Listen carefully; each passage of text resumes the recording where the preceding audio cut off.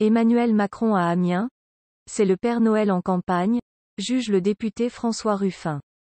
Invité de France Bleu Picardie, François Ruffin, député Picardie Debout, affilié France Insoumise, de la Somme, est revenu sur la visite d'Emmanuel Macron à Amiens ce lundi matin.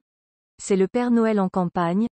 Je pense qu'il vient vous faire une petite distribution de cadeaux à 5 mois de l'élection présidentielle.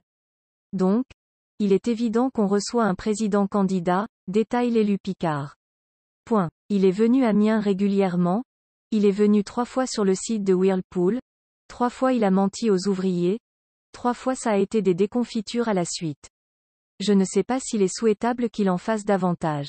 Tout ce qui peut être pris pour le territoire, on le prend. Mais pour moi, son engagement pendant la campagne présidentielle de 2017 sur Amiens, c'était Whirlpool en disant qu'il n'y aurait pas homologation du plan de complaisance. Finalement, il y a eu une homologation de complaisance qui a été annulée même, mais sans conséquence puisque le licenciement économique n'est pas valable.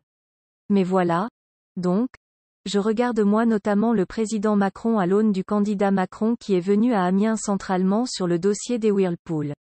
J-eux pensent qu'il faut tout faire pour que l'oreille du président soit à l'écoute des gens. En Picardie, c'est l'hôpital d'Abbeville qui est en partie en grève, c'est de même pour Amiens, Creil ou Senlis. Chez les soignants où ça déborde de manière générale. Pourquoi? C'est central dans le dossier de la clinique Pochet. Elles ont un sentiment de mal faire leur travail. Elles laissent les futures mères pendant des heures seules parce qu'elles ont une césarienne à gérer. Et donc, elles ont l'angoisse de mal faire leur travail. Je pense qu'il faut tout faire pour que le pouvoir soit interpellé par ce sentiment de mal-être qui est aujourd'hui prégnant dans l'hôpital, qui fait qu'il y a des démissions en série, qui fait qu'on ne sait pas si les services seront assurés naturellement. Normalement cet hiver et que vraisemblablement pas du tout, il y a une personne de l'hôpital de Compiègne qui avait besoin d'une urgence en réanimation.